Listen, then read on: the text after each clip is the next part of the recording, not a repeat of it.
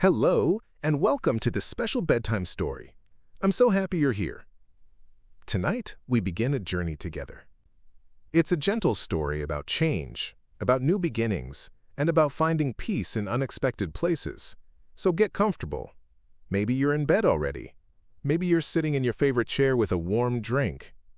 Wherever you are, whatever you're doing, just relax. Let the words wash over you. Let your mind drift into this story. And if you fall asleep while listening, that's perfectly okay. That's exactly what this story is for. Let's begin. My name is Emma Clark. I'm 32 years old, and until 3 months ago, I lived in London. London is a big, busy city. It's full of noise and people and traffic and lights. The streets are always crowded. The tubes are always packed with tired people going to work or coming home from work. Everyone walks very fast. Everyone looks very busy. Everyone seems to be in a hurry. I worked in an office in the center of London. It was a tall building with glass windows. From my desk on the 15th floor, I could see the whole city. I could see the River Thames winding through the buildings. I could see the London Eye turning slowly in the distance. I could see hundreds of cars moving like tiny ants on the streets below. Every morning, I would wake up at 6 o'clock. I would make coffee quickly. I would get dressed in my work clothes. I would grab my bag and rush out the door. I would run to catch the tube. I would stand squeezed between other people, all of us tired, all of us quiet, all of us thinking about the day ahead. I worked as a graphic designer. I sat at a desk for 8 hours every day. I looked at a computer screen. I made designs for advertisements. I made logos for companies. I chose colors and fonts and images. My work was creative, but it felt empty. It felt like I was just going through the motions. I wasn't happy, but I wasn't unhappy either. I was just there, existing, moving from one day to the next without really living. After work, I would take the tube home again. I would be tired, but I couldn't sleep. The city was too noisy. Cars honked their horns. People shouted on the streets. Sirens wailed in the distance. Even at night, London never really slept. The streetlights glowed orange. The buildings were lit up with neon signs. The city was always awake, always moving, always demanding something from me. I lived in a small apartment. It was on the 3rd floor of a brick building. The walls were thin.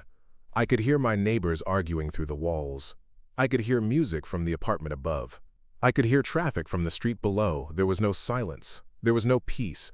There was no quiet moment to just be. I started to feel anxious. My chest would feel tight. My heart would race for no reason. I would lie in bed at night, staring at the ceiling, listening to the city noises, wondering if this was it. Was this my life? Was this all there was? Wake up, work, go home, sleep, repeat. Wake up, work, go home, sleep, repeat. Day after day, week after week, month after month, year after year. Something had to change. I knew that deep in my heart. But I didn't know what. I didn't know how. I was stuck in my routine, stuck in my life, stuck in my city. Then, one ordinary Tuesday, everything changed. I was at work, sitting at my desk, looking at my computer screen. My boss, Mr. Henderson, walked over to my desk. He was a serious man, always wearing a dark suit, always looking worried about deadlines and budgets. "Emma," he said, standing next to my desk. "Can I talk to you for a moment?" "Of course," I said, turning my chair to face him. He looked uncomfortable. He shifted his weight from one foot to the other. He cleared his throat. "I'm afraid I have some difficult news. The company is going through some changes. We're downsizing. Reducing staff. It's nothing personal, Emma. You've done good work. But we have to let some people go. I'm sorry." I felt like the floor had disappeared beneath me. You're firing me?" "We're offering 3 months. Salary as severance. And we'll provide references." "I'm truly sorry, Emma." He walked away quickly, probably to deliver the same news to someone else. I sat there at my desk, staring at my computer screen, but I couldn't see it.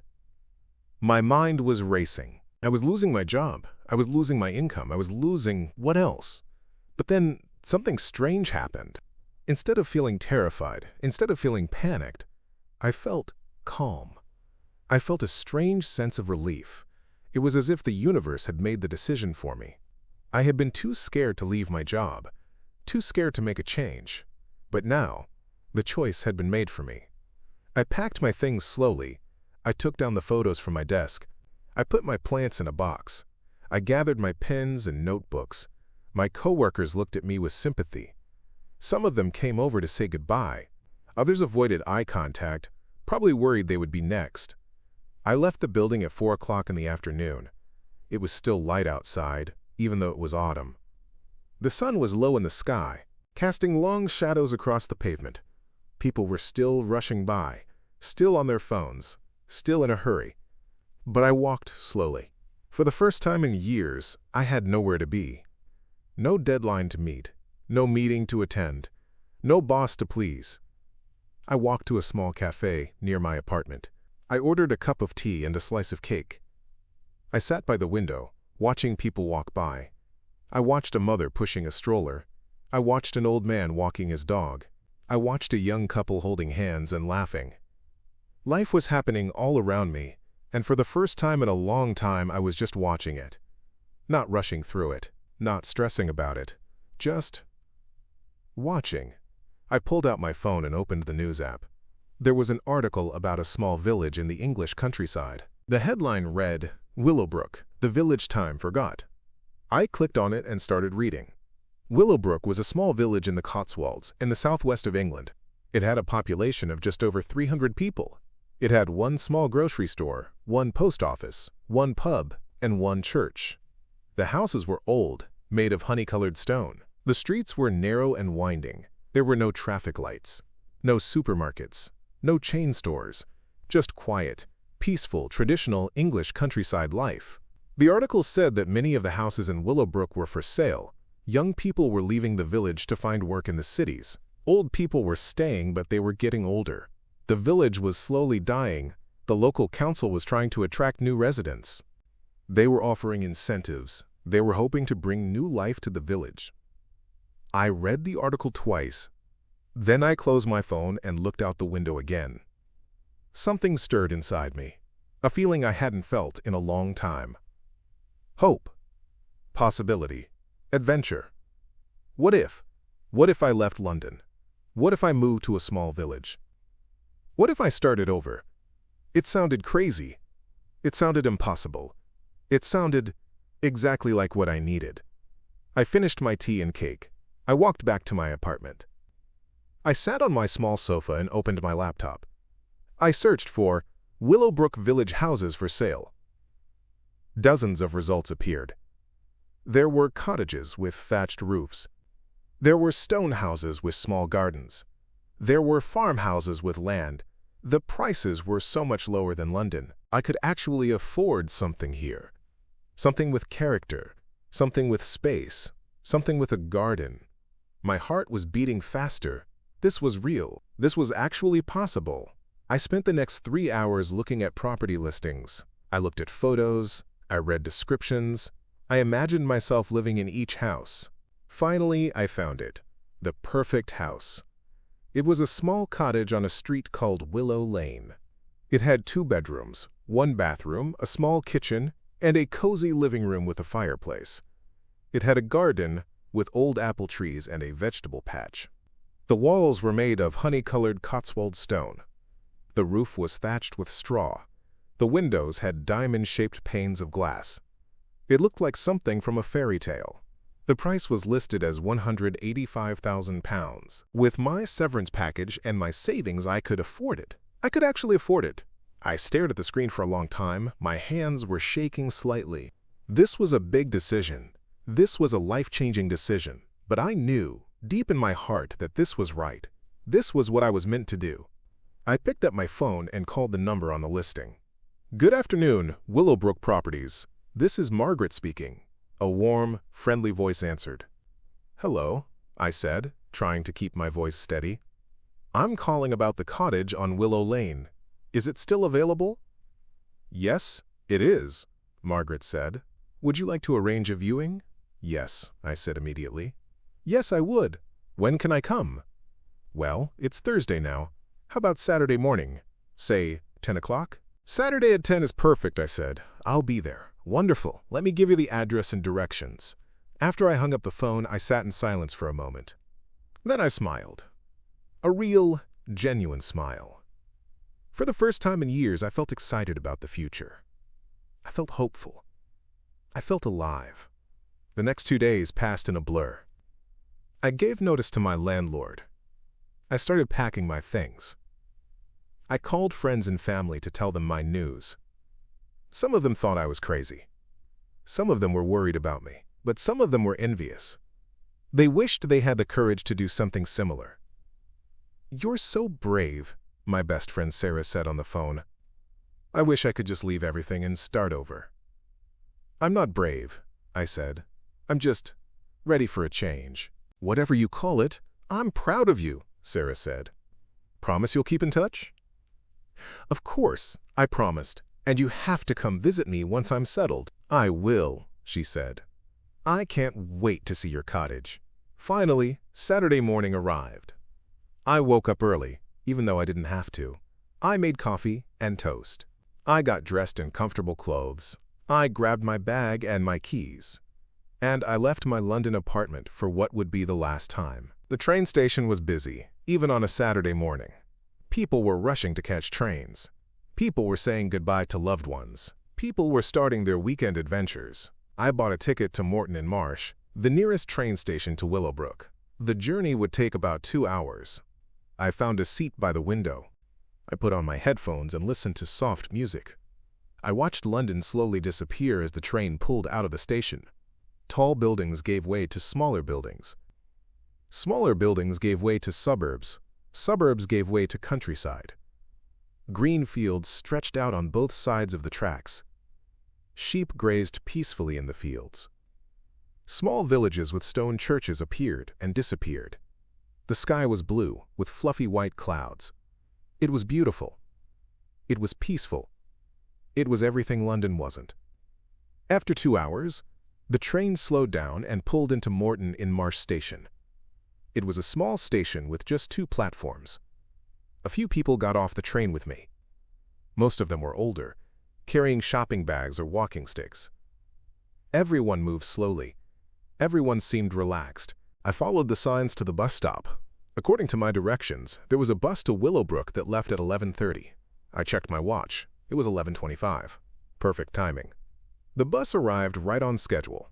It was an old-fashioned bus, painted green and cream. The driver was a friendly-looking man with a mustache. "Morning," he said as I climbed aboard. "Where are you heading?" "Willowbrook, please," I said. "Ah, visiting someone in the village?" "Actually, I'm here to look at a house. The cottage on Willow Lane." His face lit up. "The old Miller place. Beautiful cottage that. You'll like it. That'll be £3. 50, please." I paid and found a seat near the front. The bus pulled away from the station and started winding through the countryside. The roads were narrow and lined with hedges. Every few minutes we passed through a small village. Each one was more picturesque than the last. Stone cottages with flower boxes, pubs with hanging signs, churches with tall steeples. It was like driving through a postcard. After about 20 minutes, the driver called out, "Willowbrook, next stop Willowbrook." My heart started beating faster. This was it. I was really here. The bus pulled into a small village square. There was a green in the center, surrounded by old trees. On one side was a church with a square tower. On another side was a pub called the Red Lion. On the third side was a small grocery store. And on the fourth side was the post office. "Here you go, miss," the driver said as I stood up. "Enjoy your visit." "Thank you," I said. "How do I get to Willow Lane?" "Easy," he said, pointing. "Go past the church, take the first right, and you'll see it. Can't miss it." I thanked him again and stepped off the bus. The air smelled different here. It smelled fresh and clean. It smelled of grass and flowers and earth, not of exhaust fumes and concrete and pollution. I took a deep breath and smiled. I followed the driver's directions. I walked past the church, which looked like it had been there for hundreds of years. I turned right onto a narrow lane. And there it was, Willow Lane. It was a quiet, tree-lined street with about a dozen houses. Most of them were stone cottages similar to the one I was here to see. Gardens overflowed with flowers and vegetables. Cats slept on stone walls. Birds sang in the trees. It was peaceful. It was perfect. And there, at the end of the lane, was the cottage. It was even more beautiful in person than in the photos. The honey-colored stone seemed to glow in the sunlight. The thatched roof was thick and well-maintained. The garden was overgrown but full of potential. I could see apple trees and pear trees. I could see an old stone wall covered in ivy. I could see a small wooden gate that led to the back garden. Margaret from Willowbrook Properties was waiting for me. She was a woman in her 60s, with silver hair and kind eyes. She wore a colorful scarf and a warm smile. "You must be Emma," she said, extending her hand. "So lovely to meet you. Come, come, let me show you around." We walked up the path to the front door. The path was made of irregular stone slabs with grass growing between them. Wild flowers grew along the edges. Bees buzzed around the flowers. Everything felt magical. Margaret unlocked the front door and pushed it open. "After you," she said. I stepped inside, and immediately I felt it. This was home. This was where I was meant to be. The living room was small but cozy. There was a stone fireplace on one wall, with a wooden mantelpiece above it. The floor was made of wide wooden planks, worn smooth by years of footsteps. The windows were small and diamond-paned, looking out onto the front garden. There were built-in bookshelves on either side of the fireplace. The walls were painted a soft cream color. "It's smaller than what you're used to in London, I imagine," Margaret said. "But it has character. It has soul." "It's perfect," I whispered. She smiled. "Shall we see the rest?" We explored the cottage room by room. The kitchen was small but functional, with old wooden cabinets and a butler's sink. There was space for a small table by the window. The bathroom was tiny, with a clawfoot bathtub and a small shower attachment. The two bedrooms were simple and peaceful, with views of the garden. But it was the garden that really stole my heart. We walked through the kitchen door and out into the back. The garden was about 1/4 of an acre, which was huge compared to my London balcony. There were fruit trees, as I had seen from the street. There was a vegetable patch that had been neglected but could be restored. There was a small greenhouse that needed repairs. There was even a small pond with a stone bench beside it. "This garden has been here for over 100 years, Margaret said. "The previous owner, Mrs. Miller, was a wonderful gardener. She grew the most beautiful roses. She grew vegetables that she sold at the village market. She loved this garden. I hope whoever buys it will love it too." "I will," I said immediately. "I mean, if I buy it, I will love it." Margaret looked at me with understanding eyes. "You know, Emma, this cottage has been on the market for 8 months. I've shown it to at least 30 people. But you're the first person who really sees it. The first person who understands what this place is. What it could be." We walked back inside and sat in the living room. Margaret told me more about the village, about the people, about the way of life here. She told me about Mrs. Miller, the previous owner, who had moved to a care home when she became too old to live alone. She told me about the village shop owner, Mr. Thompson, who had been there for 40 years. She told me about the pub landlord, Jim, who knew everyone's name and everyone's story. "Willowbrook is a community," Margaret said. "People here look out for each other. They help each other. They care about each other. It's not like the city, where you can live next to someone for years and never know their name. Here, everyone knows everyone, and once they know you, they'll take care of you." The idea was both comforting and terrifying. I had spent years hiding in my London apartment, avoiding my neighbors, cherishing my anonymity. The thought of living in a place where everyone knew everyone was daunting. But it was also appealing. In a strange way, it felt safe. It felt like belonging. "Can I have some time to think about it?" I asked. "Of course," Margaret said. "Take a few days, walk around the village, get a feel for the place. Talk to some of the locals. Then make your decision. But, Emma," she looked at me seriously, "don't wait too long. I have a feeling this cottage is meant for you. And I have a feeling you're meant for this cottage." We said goodbye, and Margaret left me alone in the cottage. I sat in the living room, in the silence, listening to the sounds of the house. the creaking of the old wooden floors, the ticking of a clock somewhere, the chirping of birds outside, the rustling of leaves in the wind. I closed my eyes and imagined my life here. I imagined waking up in the morning, not to the sound of traffic, but to the sound of birds singing. I imagined making coffee in the small kitchen and drinking it by the window, watching the garden wake up. I imagined working at the wooden table, with sunlight streaming through the diamond-paned windows. I imagined walking to the village shop to buy fresh bread and vegetables. I imagined sitting by the fireplace in the evening, reading a book, listening to the wind outside. It wasn't just a fantasy, it was a possibility, a real achievable possibility. I stood up and walked through the cottage one more time. I touched the stone walls. I ran my hand along the wooden mantelpiece. I looked out each window, imagining different seasons. Spring with flowers blooming, summer with long, lazy days, autumn with golden leaves falling, winter with snow on the thatched roof and smoke curling from the chimney. This was it. This was my new beginning. I made my decision right there, standing in the small bedroom with the view of the apple trees. I was going to buy this cottage. I was going to leave London. I was going to start a new life in Willowbrook. The thought was terrifying. It was exhilarating. It was the most exciting thing I had ever done. I pulled out my phone and called Margaret. "Emma," she answered on the second ring. "Have you decided?" "Yes," I said, my voice steady and clear. "I want to buy it. I want to make an offer." I could hear the smile in her voice. "I knew you would. I knew it the moment you walked through the door. Let's get the paperwork started. Welcome home, Emma." Welcome home. The words sent a shiver down my spine. Home. After years of feeling lost, a feeling like I didn't belong anywhere, I was finally going home. I spent another hour in the cottage, just sitting, just being. I watched the light change as the afternoon progressed. I listened to the sounds of the village, a dog barking in the distance, children laughing as they walked home from school, the church bell chiming 3 o'clock. This was real. This was happening. As the sun began to set, I walked back through the village to catch the bus to the train station. I stopped at the Red Lion pub and had a cup of tea. The landlord, Jim, was just as Margaret had described him.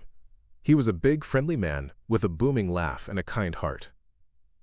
"First time in Willowbrook?" he asked as he brought me my tea. "Yes," I said. "I'm thinking of moving here." His face lit up. "Are you now? That's wonderful news. We need more young people in the village. It's all old folks like me these days." He laughed. "Where are you thinking of living?" "The cottage on Willow Lane," I said. "Ah, the Miller place. Excellent choice. Mrs. Miller was a lovely lady. She'll be pleased to know someone young is moving in. The cottage needs love, but it's a good house. Solid. Built to last." We talked for another 20 minutes. Jim told me about the village history. He told me about the annual summer fair. He told me about the walking paths in the surrounding countryside. He told me about the community spirit that made Willowbrook special. "You'll like it here," he said as I stood up to leave. "We look after our own. And once you're part of Willowbrook, your family." Family. Another word that sent warmth through my heart. I hadn't felt like I belonged to a family in a long time. Not since I was a child. Maybe this was what I had been missing all along. I caught the bus back to the train station. As the bus pulled away from the village square, I looked back one last time. I saw the church tower against the evening sky. I saw the lights coming on in the cottages. I saw smoke rising from chimneys. I saw a peaceful, timeless scene that could have been from 100 years ago, or from yesterday. Some things never changed. Some things were eternal. The train journey back to London felt different from the journey here. Before, I had been an observer, a tourist, a visitor.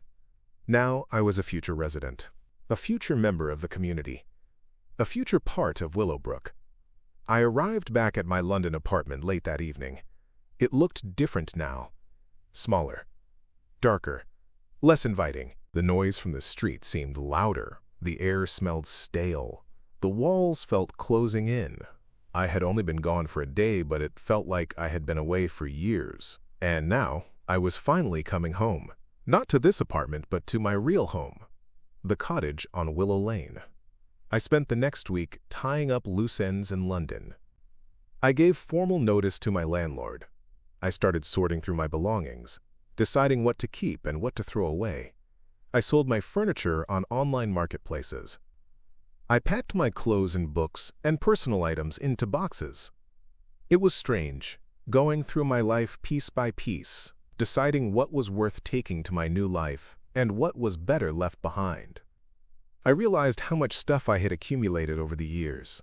How much of it was just clutter. Just things I had bought to fill a void, to make myself feel better, to distract myself from the emptiness I felt inside. I didn't need most of it.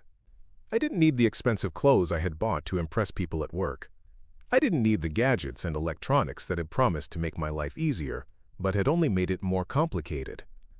I didn't need the decorations and knickknacks that had been meant to make my apartment feel like a home, but had only made it feel more like a showroom. What I needed was simple. Clothes that were comfortable. Books that inspired me. Photos of people I loved. A few special items that had meaning. That was it. That was all I really needed. It was liberating. It was freeing.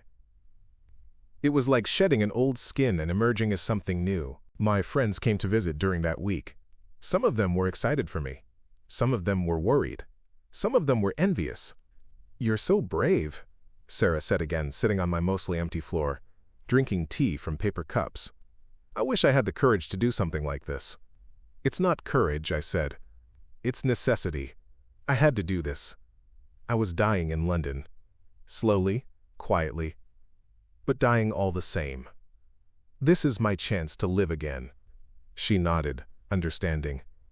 "Just promise me you won't disappear. Promise you'll stay in touch." "I promise," I said.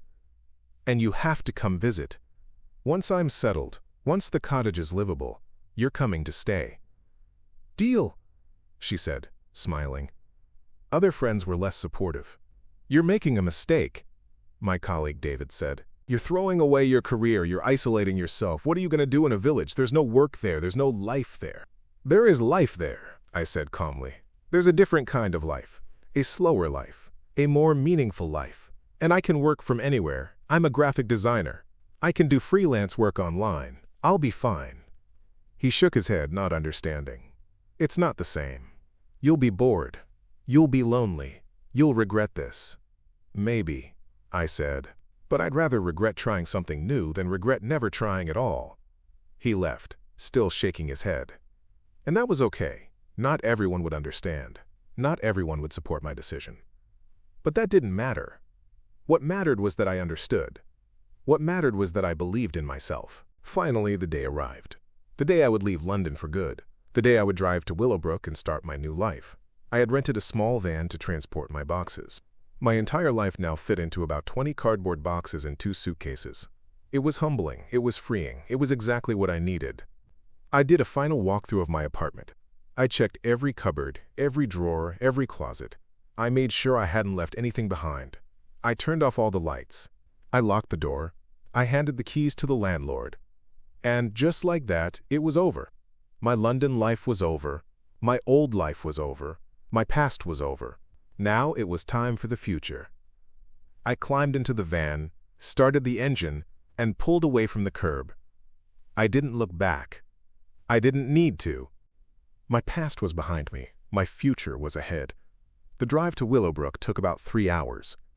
I drove through the countryside, watching the landscape change from urban to suburban to rural. I watched the buildings get smaller and farther apart. I watched the green fields spread out on both sides of the road. I watched the sky get bigger and bluer.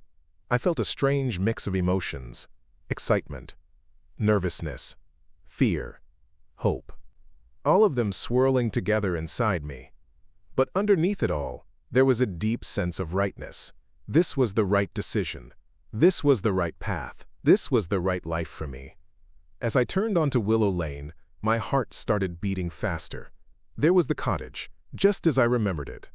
Just as I had dreamed about it. The honey-colored stone glowing in the afternoon sun. The thatched roof looking sturdy and strong. The garden waiting to be loved. I pulled the van into the small driveway. I turned off the engine. I sat in silence for a moment, just breathing, just being. "Welcome home, Emma," I said to myself. "Welcome home." Welcome back to our story. I'm so glad you're here. If you're listening to this at bedtime, I hope you're comfortable. I hope you're relaxed.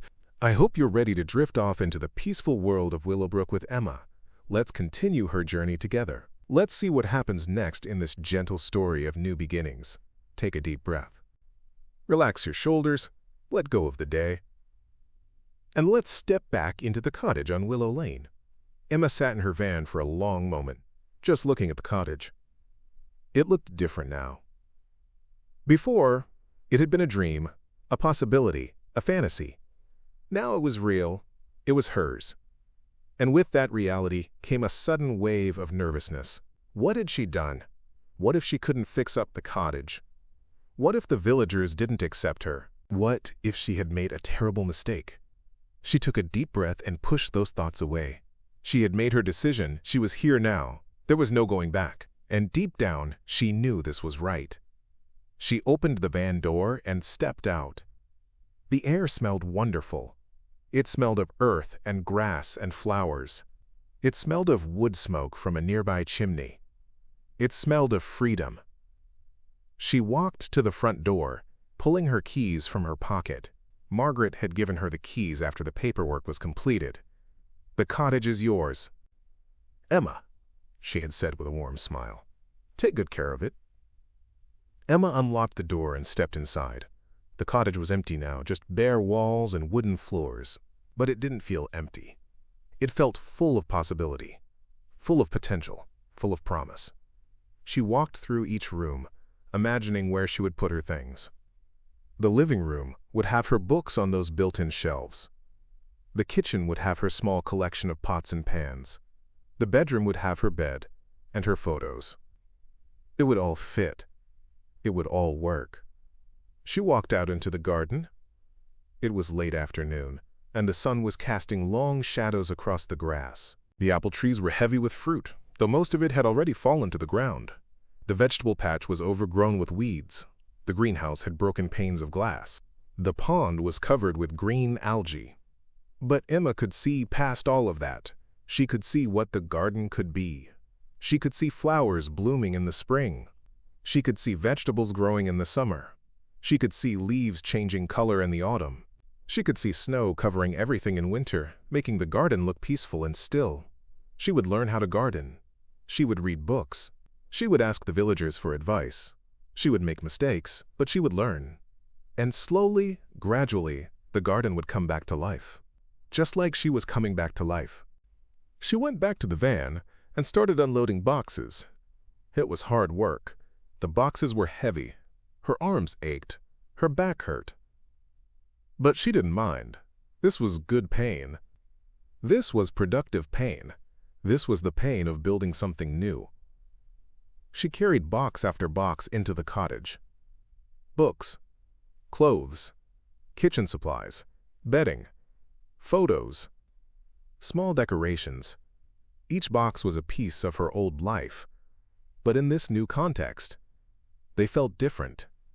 They felt more meaningful, more important. By evening, she had moved about half of her things inside. She was exhausted. Every muscle in her body ached.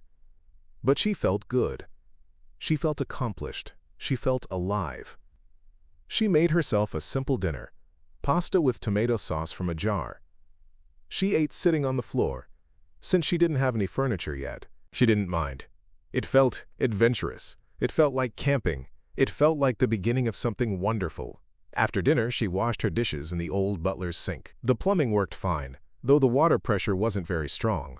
Margaret had warned her about that. "Everything in Willowbrook is a bit slower," she had said with a wink, "including the water pressure." Emma smiled at the memory. She was already learning to appreciate the slowness, the gentleness, the lack of urgency. She made up her bed on the floor of the master bedroom, using a sleeping bag and some pillows. It wasn't comfortable, but it was temporary. Her bed would arrive next week, along with a few other pieces of furniture she had ordered online. For now, this was enough. She lay in the darkness, listening to the sounds of the cottage. It creaked and settled in ways her London apartment never had. The old wooden floors groaned when she walked on them. The pipes made clicking sounds as they cooled down. The wind whistled softly through the chimney. And underneath all of that, she could hear the silence. Real silence. Not the false silence of the city, where there was always traffic noise, always sirens, always someone shouting. This was true silence. Peaceful, calming, soothing. She fell asleep quickly, exhausted from the day's work. And for the first time in years, she slept deeply, dreamlessly, peacefully. She woke up early the next morning, just as the sun was rising. She could see the light coming through the diamond-paned windows, casting patterns on the wooden floor. She could hear birds singing outside. She could hear a rooster crowing somewhere in the distance. She lay in her makeshift bed for a while, just listening, just being, just appreciating this moment. Then she got up and made coffee using a small camping stove she had brought with her. Her proper kitchen setup wouldn't arrive for another week. But for now, this worked. The coffee tasted good. Better than good, actually. It tasted wonderful. Maybe it was the surroundings, maybe it was the peace. Maybe it was the knowledge that she was exactly where she was meant to be. She took her coffee outside and sat on the front steps, watching the village wake up. She could see smoke rising from chimneys. She could see lights coming on in windows. She could see someone walking a dog down the lane. She could hear the distant sound of a tractor starting up. It was peaceful. It was beautiful. It was home. She finished her coffee and went back inside to continue unpacking. She had a lot of work to do. But she wasn't in a hurry. She had time. All the time in the world. Over the next few days, Emma fell into a routine. She would wake up early, make coffee, and sit outside watching the sunrise. Then she would work on the cottage, unpacking boxes, cleaning rooms, organizing her things. In the afternoons, she would explore the village or work in the garden. In the evenings, she would cook simple meals and read books by candlelight, since she hadn't set up proper lighting yet. It was hard work, but it was satisfying work. Every day the cottage felt more like home. Every day she felt more settled. Every day she felt more like herself. But she was still an outsider. She hadn't really met any of the villagers yet, except for Jim at the pub. She had seen people walking by on Willow Lane, and they had waved politely, but no one had stopped to chat. No one had knocked on her door to welcome her. No one had invited her for tea. She wondered if that was normal. She wondered if the villagers were just shy, or if they were wary of outsiders, or if they simply didn't care. She tried not to worry about it. She reminded herself that she had moved here for the peace and quiet, not for a busy social life. She reminded herself that it took time to build relationships. She reminded herself that she was happy, regardless of whether the villagers accepted her or not. But deep down, she wanted to be accepted. She wanted to belong. She wanted to be part of the community that Margaret had described. Finally, on her 5th day in Willowbrook, something happened. She was working in the garden, pulling weeds from the vegetable patch. It was hot, sunny work. Her hands were dirty. Her back ached, but she was making progress. The vegetable patch was starting to look less like a jungle and more like a garden. She heard footsteps on the path. She looked up and saw an older woman walking toward her. The woman was small and thin, with silver hair pulled back in a bun. She wore a floral dress and an apron. She carried a small basket. Emma stood up, wiping her dirty hands on her jeans. "Hello," she said, a bit nervously.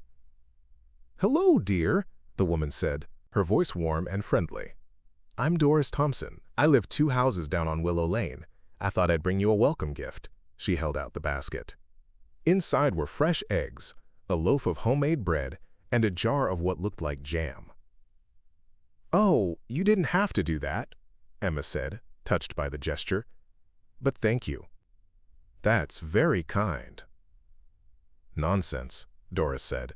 "It's what neighbors do. We look after each other here in Willowbrook. And you're our new neighbor, so we need to make sure you're properly welcomed." She smiled, and Emma smiled back. This was it. This was the beginning of belonging. "Would you like to come inside?" Emma asked. "I could make us some tea, though I should warn you, I'm still setting up the kitchen, so everything is a bit chaotic." Doris laughed. "I've been in a few chaotic kitchens in my time, dear. I think I can handle it. And yes, I'd love some tea. Emma led her inside, feeling a bit embarrassed by the mess. Boxes were stacked everywhere. Furniture was scattered around. The cottage definitely wasn't in its best state. But Doris didn't seem to mind. She looked around with interest, nodding approvingly. Nice bones this house has.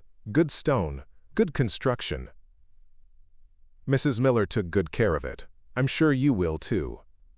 Mrs. Miller was the previous owner? Emma asked. Oh yes, lived here for 40 years.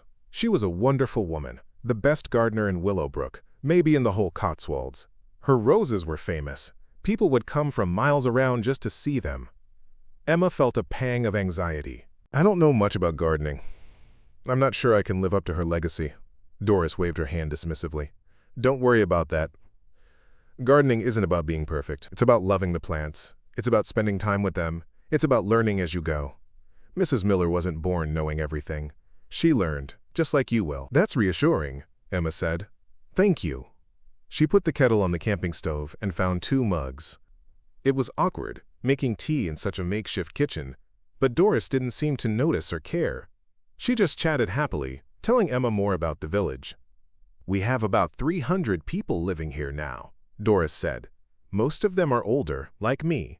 The young people tend to leave for the cities, but we're hoping that will change. We're hoping more young people will move in, like you. The village needs new blood. It needs new energy. What's it like living here? Emma asked. I mean, what's a typical day like? Doris thought for a moment. Well, it's quiet, for one thing. Peaceful. We all know each other. We help each other. If someone's sick, we bring them soup. If someone needs help with their garden, we lend a hand. If someone's lonely, we stop by for a chat. It's simple, really. But it's good. That sounds wonderful, Emma said. It is wonderful, Doris agreed. But it's not for everyone. Some people find it too quiet, too slow, too small. They miss the excitement of the city. They miss the anonymity. They miss having hundreds of restaurants and shops to choose from. I don't miss any of that, Emma said. I'm happy to have just one shop, one pub, one everything. Doris smiled. Good, then you'll fit in just fine. The tea was ready, and Emma poured it into the mugs. They sat on the front steps, drinking tea and looking at the garden. Now, about this garden, Doris said. I can see you've been working hard. You've cleared a lot of weeds. That's good. But you need a plan. You can't just pull weeds randomly. You need to think about what you want to grow, where you want to grow it, how you want it to look. I don't know where to start, Emma admitted. Start small, Doris advised. Don't try to do everything at once. Pick one area, maybe the vegetable patch. Clean it up properly. Add some compost. Plant some easy vegetables. Lettuce, radishes, carrots. They're forgiving. They grow quickly. They'll give you confidence. What about flowers? Emma asked. Flowers are important too, Doris said. They attract bees and butterflies. They make the garden beautiful. But I'd focus on the vegetables first. Get those established. Then add flowers around the edges. Emma nodded, taking mental notes. This is all very helpful. Thank you. Happy to help, Doris said. And if you have any questions, just knock on my door. I'm always home in the afternoons. I'd be happy to give you more advice. I might take you up on that, Emma said. Please do, Doris said. I miss having someone to talk to about gardening. My husband passed away 5 years ago, and my children live in London. They visit occasionally, but, well, it's lonely sometimes. I'd welcome the company. Emma felt a lump in her throat. She could relate to that feeling of loneliness. She had felt it so often in London, surrounded by millions of people but knowing no one. I'd like that, she said. I'd like to be friends, Doris. Doris's eyes sparkled. I'd like that too, dear. They finished their tea and talked for another hour. Doris told Emma more about the village history, about the people, about the traditions. Emma listened eagerly, absorbing everything. Finally, Doris stood up. I should let you get back to work. And I should get home and start dinner. My son is coming to visit this weekend, and I want to make his favorite pie. Thank you for coming by, Emma said. And thank you for the gifts.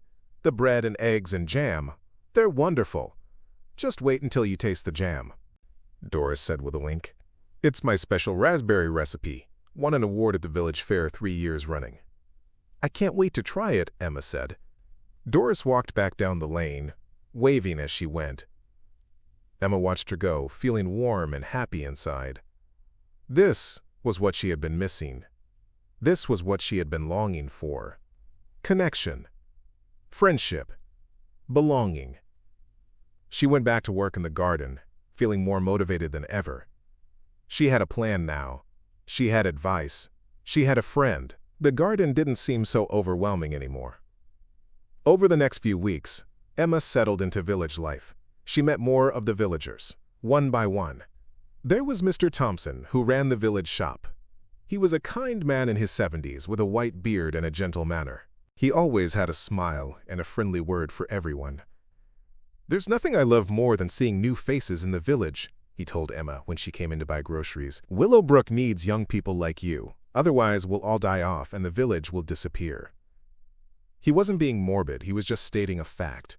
And Emma understood. She had seen the article about Willowbrook being a village time forgot. She knew it was struggling to survive. But she also knew it was worth saving. There was also Mrs. Patterson, who lived at the other end of Willow Lane.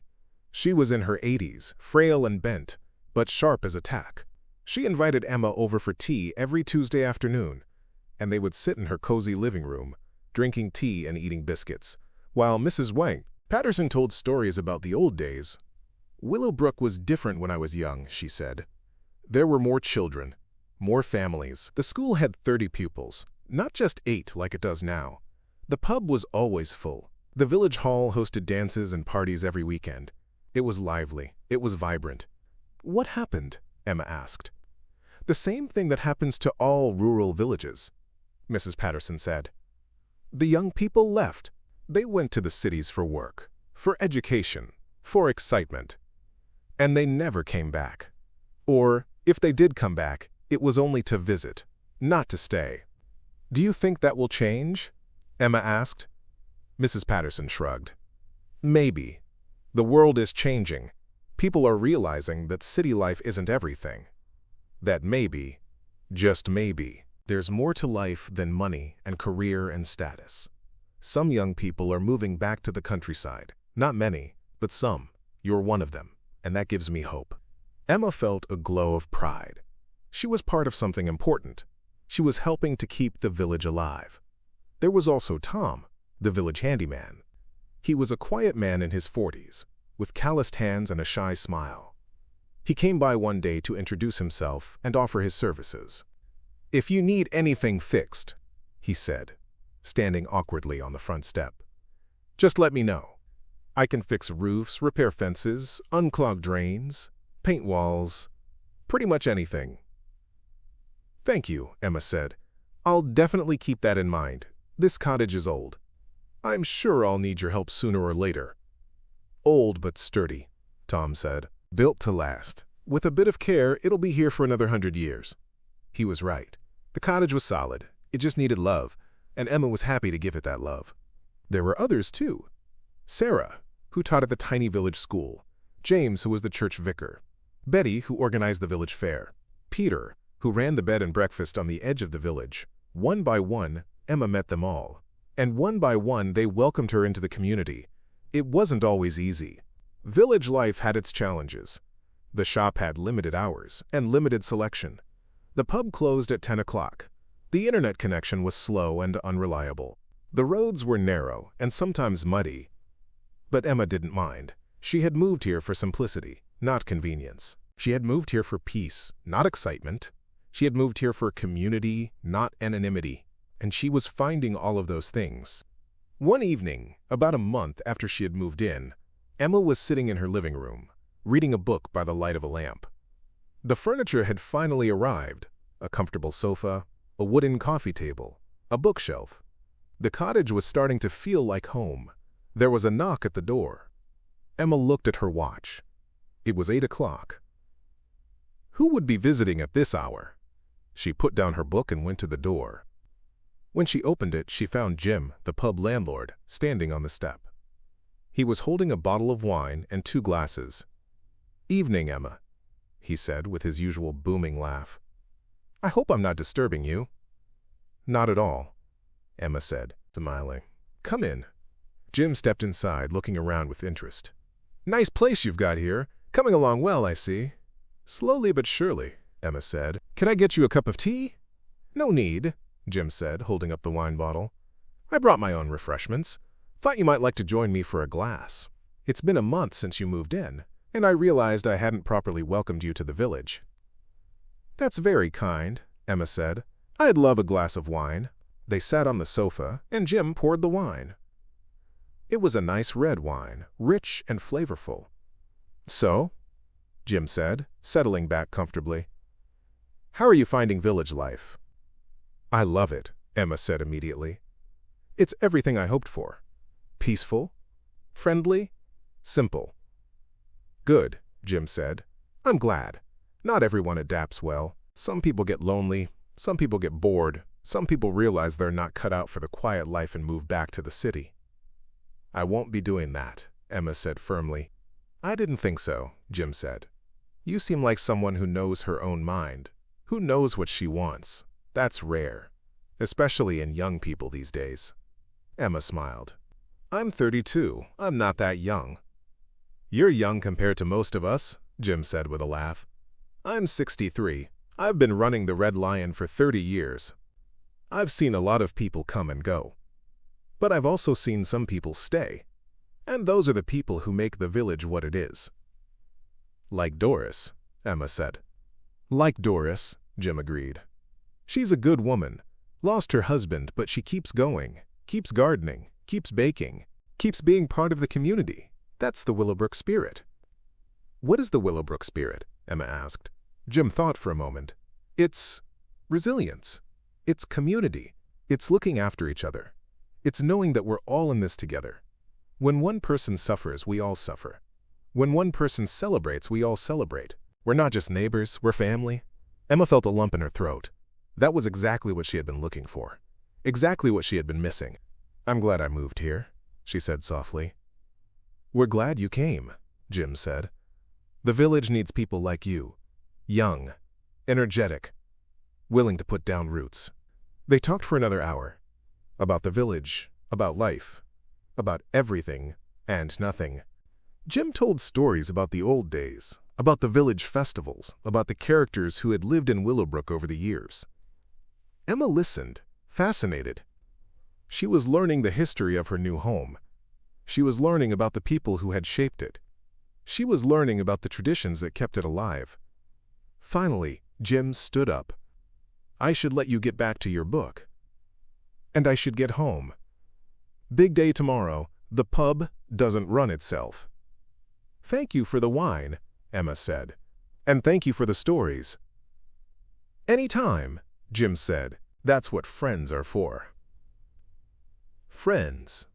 The word made Emma smile. She had friends now. Real friends. People who cared about her. People who wanted her to stay. After Jim left, Emma sat on the sofa for a while, thinking about everything that had happened. In just 1 month, her life had changed completely. She had left behind the stress and anxiety of London. She had found peace and purpose in Willowbrook. She had found home. She went to bed that night feeling content, feeling grateful, feeling happy.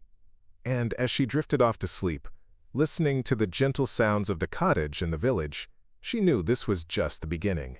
There was so much more to discover, so much more to experience, so much more to love. Willowbrook had welcomed her with open arms, and she was ready to embrace it with all her heart.